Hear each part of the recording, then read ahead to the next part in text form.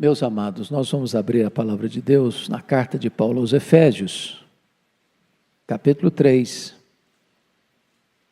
verso 14. Hoje vou quebrar um pouco o meu protocolo e não fazer uma mensagem, um sermão expositivo, mas fazer um sermão que nós chamamos no seminário de sermão tópico. Um sermão sobre um tema, porque hoje eu gostaria de tratar com vocês sobre um assunto da mais alta importância, um tema urgente, necessário, oportuno para a igreja, nessa conjuntura que estamos vivendo. Nós vamos tratar hoje sobre a oração, a força mais poderosa da terra. E esse texto, escrito pelo apóstolo Paulo, inspirado pelo Espírito Santo, Paulo diz assim no verso 14: por esta causa, eu me ponho de joelhos diante do Pai. Paulo tinha uma causa importante, urgente, e o judeu orava sempre de pé, mas havia alguns momentos em que ele se colocava de joelhos para orar. E eu quero dizer aos meus amados irmãos, que o apóstolo Paulo foi considerado, e com justiça, ao longo da história, como o maior teólogo do cristianismo. Mas ao mesmo tempo, Paulo também foi um dos homens mais dedicados à oração.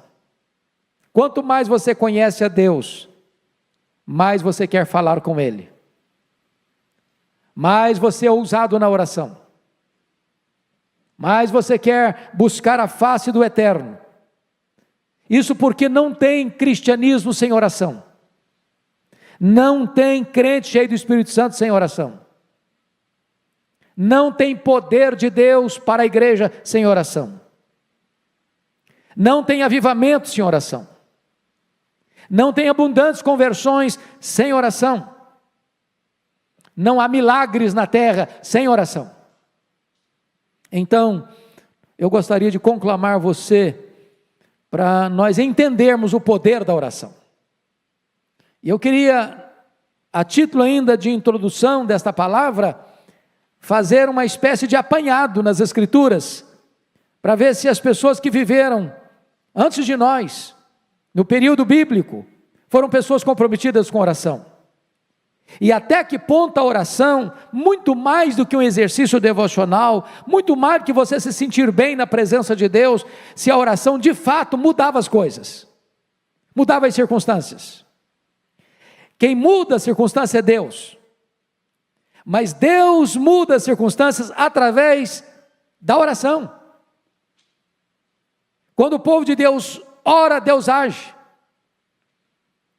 Quando o povo de Deus se põe de joelhos, o braço estendido de Deus começa a agir soberanamente na história.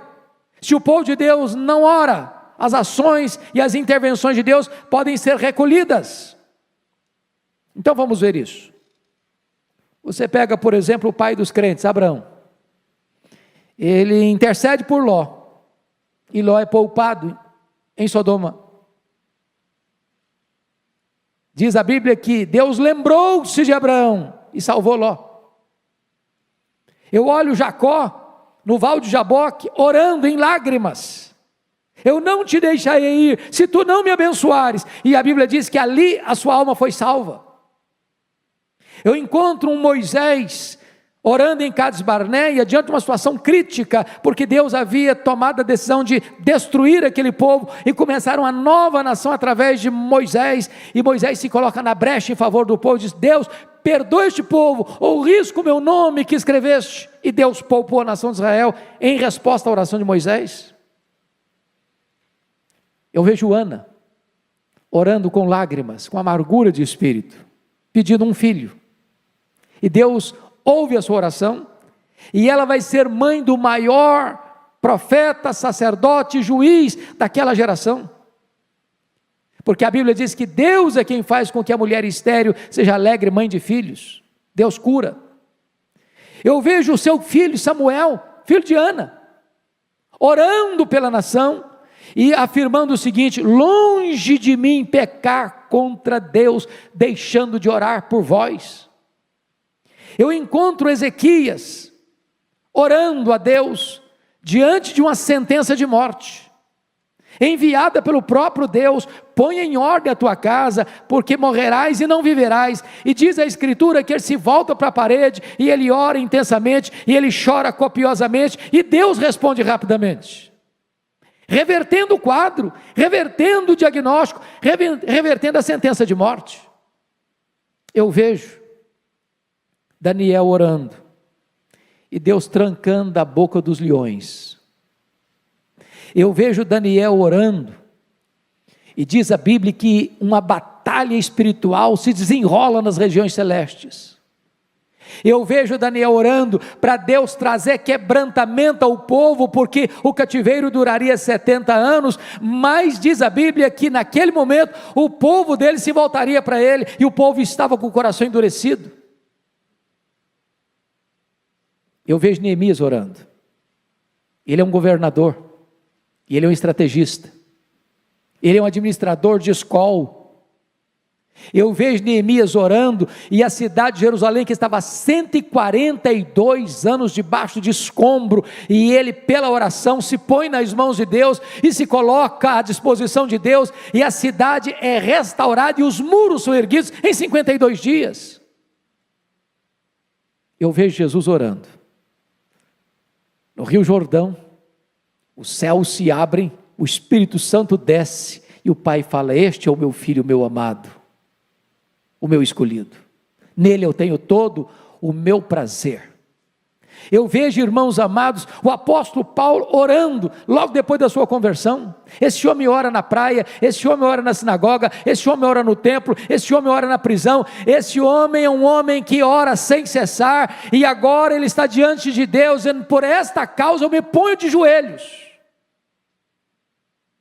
Eu vejo os discípulos orando, unânimes, em oração, perseverando, em obediência à orientação de Jesus: permanecei na cidade, até que do alto sejais revestidos de poder. E durante 10 dias, 120 pessoas oram com a sua alma, com o seu coração, com o seu propósito, e os céus se fendem, e o Espírito Santo desce, e eles são revestidos com poder. Eu vejo os crentes da igreja primitiva orando, diante das ameaças, dos perigos, e diz a Bíblia que a casa treme, o Espírito Santo desce, e eles são cheios do Espírito Santo, e começam a pregar a palavra com toda a autoridade, ou com todo o poder. Eu olho para a história da igreja, e eu vejo os pais da igreja orando, eu vejo os mártires orando, eu vejo os reformadores orando, eu vejo os puritanos orando, eu vejo os avivalistas orando, eu vejo a igreja de joelhos, e quando a igreja ora, ela marcha resolutamente. Então, dito isto, eu gostaria de olhar com vocês alguns pontos para destaque. A primeira coisa, irmãos, é que a igreja cristã recebe poder do Espírito Santo quando ela ora. A igreja está precisando do Espírito Santo, irmãos. Primeiro, porque tem muita gente, mundo afora, desistindo do evangelho, se apostatando da fé, igrejas fechando, denominações morrendo,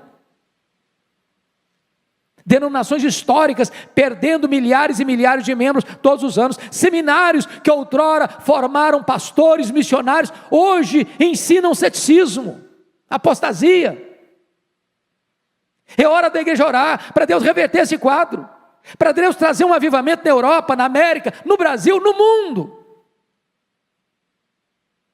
Quando aqueles discípulos se reuniram no cenáculo, e todos perseveraram unânimes em oração, durante 10 dias, o Espírito Santo desceu sobre eles.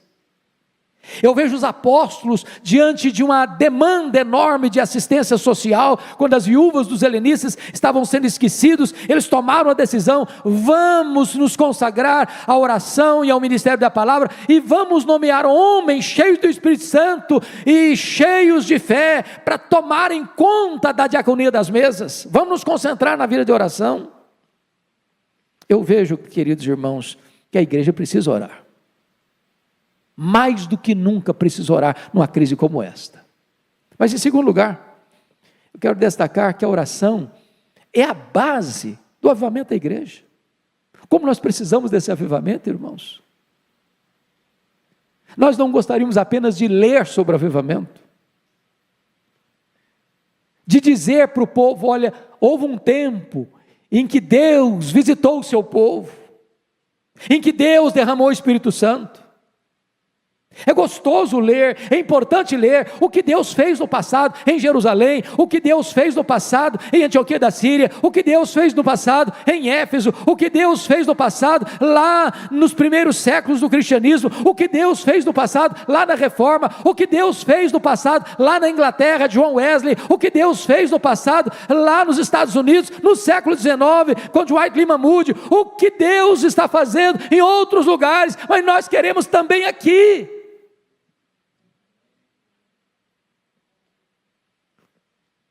Eu disse para o pastor Arival hoje no escritório, uma coisa que me marcou muito, quando nós fomos a Quacisabanto, ver aquele avivamento que ocorreu em 1966, e quando nós fomos, era 1991, portanto, algumas décadas depois, e o pastor Elor disse o seguinte para nós: sempre que nós começamos a escrever sobre avivamento, é porque ou ele já foi embora, ou ele ainda não chegou. Porque quando ele chega, você não tem tempo para escrever nada, você só tem tempo para viver aquela experiência gloriosa. Como nós precisamos, irmãos, de um sopro de Deus, de um alento de Deus, de uma visitação poderosa de Deus, de uma manifestação do poder de Deus, tirando as cinzas, soprando as brasas, inflamando o nosso coração. Quantas pessoas apáticas, quantas pessoas acuadas, com medo, desesperadas, quantas pessoas que encontram até na pandemia uma boa desculpa para não estar na casa de Deus, quantas pessoas acovardadas. E hoje eu disse para o pastor Arival, quando entrei, me emocionei muito de ver essa querida irmã aqui no banco da frente, num balão de oxigênio, na casa de Deus. Ela tinha todos os motivos para dizer: eu não vou, eu não posso ir, e ela está aqui. Quanta gente com saúde, que arranja uma boa desculpa para não vir. E eu espero em Deus que não haja no coração das pessoas um amor fenecendo, uma chama apagando, um fervor desaparecendo. Precisamos de avivamento, precisamos de um sopro do Espírito. Se o meu povo, que se chama pelo meu nome, se humilhar e orar e me buscar, e se converter de seus maus caminhos, então eu ouvirei dos céus, eu perdoarei os seus pecados, eu sararei a sua terra. É promessa de Deus, é promessa de Deus, que Ele vai derramar o Espírito Santo sobre o sedento. É preciso ter sede de Deus, para que o Espírito Santo desça. Quem não tem sede de Deus, não tem avivamento, irmãos. Às vezes estamos dando sede de tanta coisa, de dinheiro, de sucesso, de saúde, de fama, de progresso, de prestígio. É preciso que a igreja tenha sede de Deus.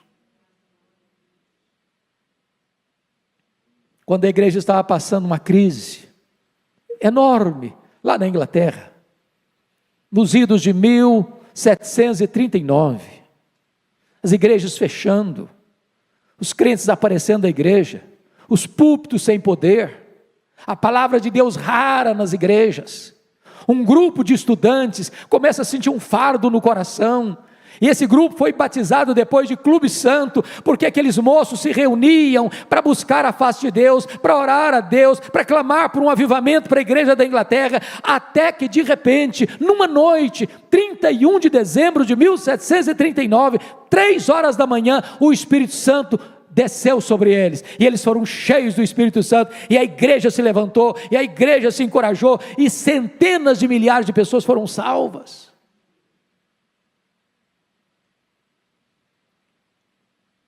No século XIX, novamente, quando a Inglaterra estava varrida pelo liberalismo teológico, Deus levantou um homem chamado Charles Haddon Spurgeon, E aquele homem pregava para 12 mil pessoas todo domingo, todo domingo, todo domingo. E alguém perguntou: mas qual é o segredo de tanta gente vir, e de tantas mudanças, de tantas conversões, de tanta manifestação do poder de Deus? Ele disse: é a reunião de oração da igreja na segunda-feira. Essa reunião de oração é a usina de poder da igreja. Precisamos de orar para recebermos um poderoso avivamento dos céus. Mas em terceiro lugar, irmãos, prestem bem atenção nisso, a oração é a base para a restauração de uma nação. Preste atenção nisso, quem muda a nação não são os políticos. A igreja precisa entender que está na mão da igreja esta usina de poder, esta arma mais poderosa do mundo. É Deus quem põe no trono e tira do trono. É Deus quem levanta uma nação e faz baixar uma nação, cair uma nação. Olha para a história e você verá isso. Quando Ezequias orou, diz a Bíblia que Deus livrou Jerusalém e o seu reino, o reino de Judá, de um ataque terrível, de um poderosíssimo império, que já havia derrubado o reino do norte, Samaria. Deus poupou a nação, em resposta à oração do líder daquela nação. O doutor Edwin Orr, que talvez foi a maior autoridade sobre o avivamento no século XX, que esteve aqui no Brasil, no centenário da Igreja Presbiteriana do Brasil, narra sobre o colapso econômico que atingiu os Estados Unidos nos idos de 1850. Ele diz que naquela época os bancos faliram e fracassaram. Os empresários estavam em crise. As estradas de ferro faliram. As fábricas fecharam. Milhões de trabalhadores desempregados. É um cenário muito parecido, às vezes, com o que nós estamos começando a assistir no Brasil e no mundo. A economia colapsando. A saúde entrando numa situação, como já foi descrita aqui pelo pastor Arival, de adversidade, porque quando você acha que a coisa está melhorando, de repente surge uma novidade, que contraria a expectativa, ou mesmo o saber da ciência, e muda tudo. Pois bem, diante daquela crise, no dia 1º de julho de 1857, um homem chamado Jeremias Lampier, um homem de negócios, comerciante, assumiu o posto de missionário urbano em Nova York. A sua denominação estava perdendo milhares de membros todos os anos. E Jeremias Lampier imprimiu um folheto e distribuiu em Nova York. No dia 23 de setembro de 1857, ele começa uma reunião de oração no hotel. O objetivo era juntar comerciantes, mecânicos, viajantes, para buscarem a Deus. No primeiro encontro, na primeira reunião de oração, 6 pessoas. Na segunda semana, 40 pessoas. Em 6 meses, tinham 10 mil homens de negócios orando em Nova York por um avivamento nos Estados Unidos da América. Esse avivamento chegou, irmãos, e varreu toda a nação. Boanerges Ribeiro escreveu um livro sobre Moody, que estava vivenciando essa experiência, e disse que a seara estava em fogo. Quando se percorria a nação, parecia que o país inteiro era uma reunião de oração. As igrejas se fortaleceram. Como fruto desse avivamento, um jovem que estudava em Princeton, ao escutar um sermão do seu professor Charles Hodge, pregando sobre obra missionária, ele sentiu o chamado de Deus e veio para o Brasil, Ashbel Green Simonton, com 26 anos, para plantar a igreja presbiteriana do Brasil. A nossa denominação é fruto desse avivamento. E eu espero, amados irmãos, que Deus nos mova a orar pelo Brasil. Estamos vivendo uma crise política em todos os poderes constituídos, precisando de uma visitação do céu, de homens que governam, de homens que legislam, de homens que julgam, que têm o temor de Deus, que reconheçam que Deus é soberano, e que feliz é a nação cujo Deus é o Senhor. Precisamos de uma igreja quebrantada, de uma igreja sedenta de Deus, de uma igreja que entra na brecha da oração, de uma igreja que paga o preço da oração, da renúncia, para que Deus visite a nossa terra e poupe a nossa nação. Mas talvez alguém diga assim: bom, mas a oração não muda a circunstância. Pois eu quero lhe dizer aqui, quem muda a circunstância é Deus. Não é a oração que é poderosa. A oração aciona o braço do Todo-Poderoso. É quando a igreja fraca ora ao Deus onipotente, Deus age e muda as circunstâncias. Se não, vejamos. Está escrito na Bíblia que quando, numa batalha, Moisés estendia as mãos, intercedendo pelos soldados que estavam no campo, enquanto ele orava, com as mãos estendidas, os seus soldados prevaleciam. Se as orações cessavam e os braços encolhiam, o inimigo prevalecia. Quando a igreja ora, Deus age. Quando a igreja ora, Deus faz o inimigo recuar. Quando a igreja ora, os milagres de Deus acontecem. Segundo exemplo que eu lhes dou, do próprio rei Ezequias. Porque duas coisas estavam acontecendo. Ezequias começa a reinar com 25 anos. Ele reina 29 anos. Quando ele estava com 39 anos de idade, ele enfrenta dois problemas impossíveis de serem resolvidos pelo engenho humano. Primeiro, um ataque militar do mais poderoso império do mundo, o Império Assírio, maior império da época. Já tinha derrubado Samaria. Agora cerca Jerusalém, tem 185 mil soldados na época, mais do que a população de Jerusalém, cercando a cidade. E o rei manda um recado, e o comandante manda um recado para o rei Ezequias: pode se render, porque Deus nenhum pode livrar você da minha mão. Diz a Bíblia que Ezequias orou, e Deus mandou um anjo, e matou naquela noite 185 mil soldados assírios, e libertou Jerusalém, em resposta à oração. Mas uma segunda situação que mudou, é que diz a Bíblia que este rei, com 39 anos de idade, embora rico, poderoso, ele enfrenta uma enfermidade, uma úlcera. Nenhum médico podia tratá-lo, nenhuma medicina podia curá-lo. E a ordem de Deus para ele, por meio do profeta Isaías, foi: põe em ordem a tua casa, porque morrerás e não viverás. Pois diz a Bíblia que ele se voltou para a parede, orou e chorou. E Deus reverteu o quadro, e Deus suspendeu a sentença de morte, e lhe deu mais 15 anos de vida. Deus muda as circunstâncias em resposta às orações. Deixa eu lhe dar um terceiro exemplo. Está lá em Atos capítulo 12. O rei Herodes Agripa I já tinha passado o fio da espada e degolado Tiago, irmão de João.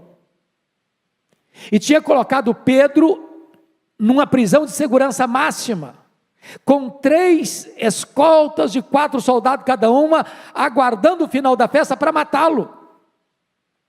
E diz a Escritura que a igreja estava em oração.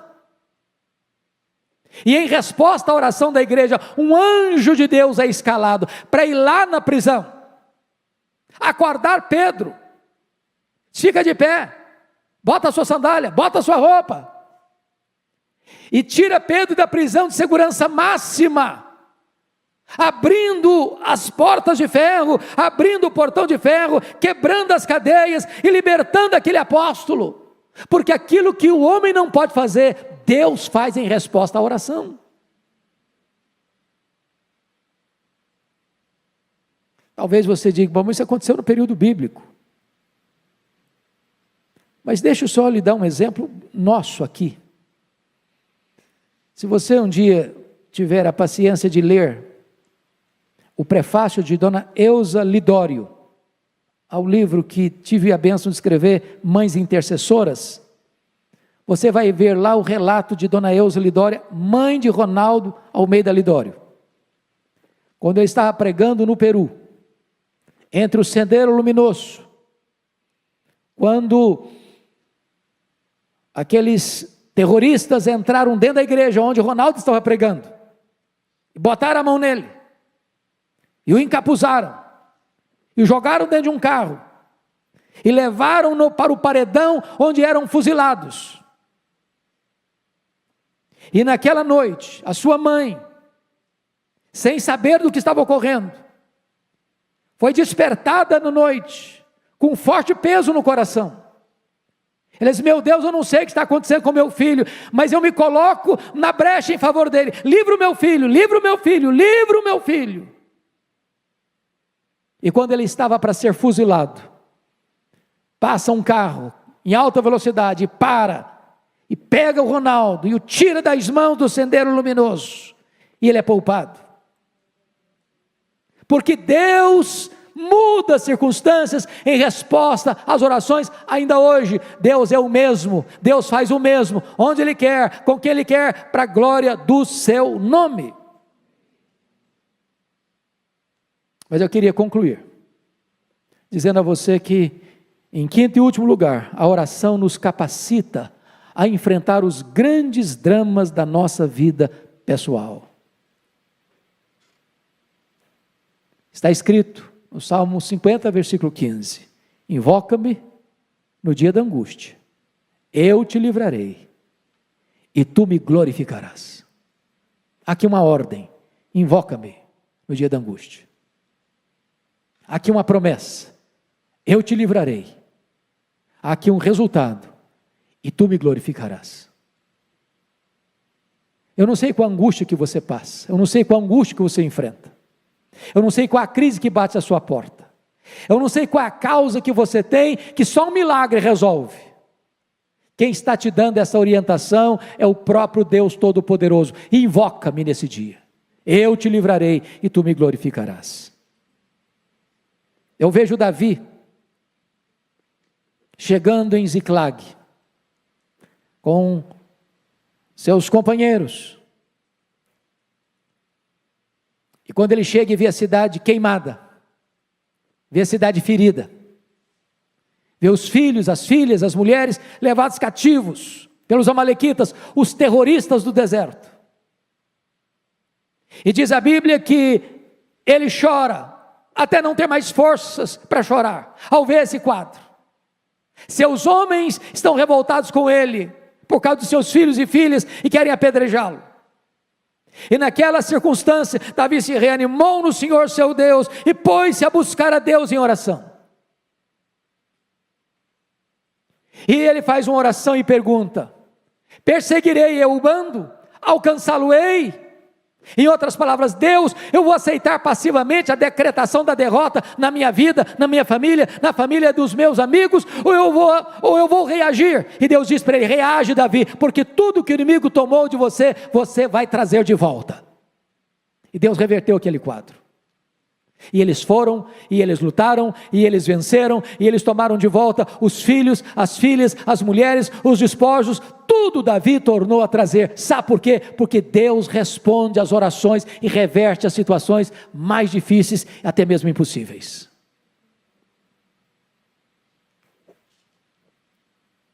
Quero concluir, para mim, com um exemplo máximo do que Deus pode fazer por meio da oração.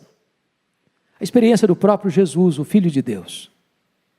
Quando ele entrou no Getsêmani, naquela noite fatídica, onde ele foi preso, cuspido, esbordoado e julgado pelo Sinédrio e acusado de blasfêmia e conspiração, diz a Escritura que ao ficar apenas com os 3 discípulos mais próximos, Pedro, Tiago e João, ele abre o coração para eles e diz: a minha alma está profundamente triste até a morte, ficai comigo, vigiai comigo. E diz a Escritura que Jesus entra então na mais titânica batalha da humanidade, prostrado sobre os seus joelhos, com o rosto no chão, oferecendo forte clamor e lágrimas. Ele orou, ele chorou, ele suou sangue. Mas quando ele se levantou dali, não tinha mais angústia. Não tinha mais angústia. Agora os inimigos chegaram, armados até os dentes, e ele que se apresenta e pergunta: quem vós buscais? A Jesus o Nazareno. Pois sou eu. E caíram por terra. A partir daqui ele é espancado, ele é cuspido, ele é esbordoado, está firme como uma rocha. A partir daqui ele carrega o lenho sobre as ruas apinhadas de Jerusalém, as mulheres choram, e ele diz: por que vocês estão chorando? Não chorem por mim, chorem por vocês, chorem pelos seus filhos.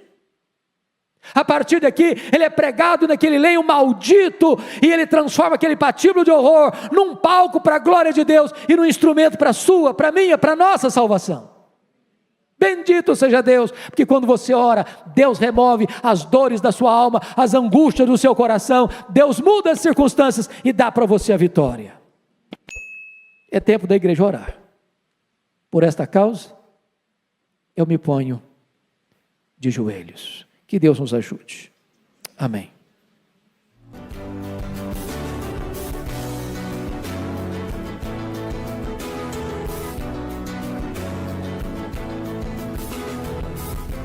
Palavra da Verdade, com Hernandes Dias Lopes.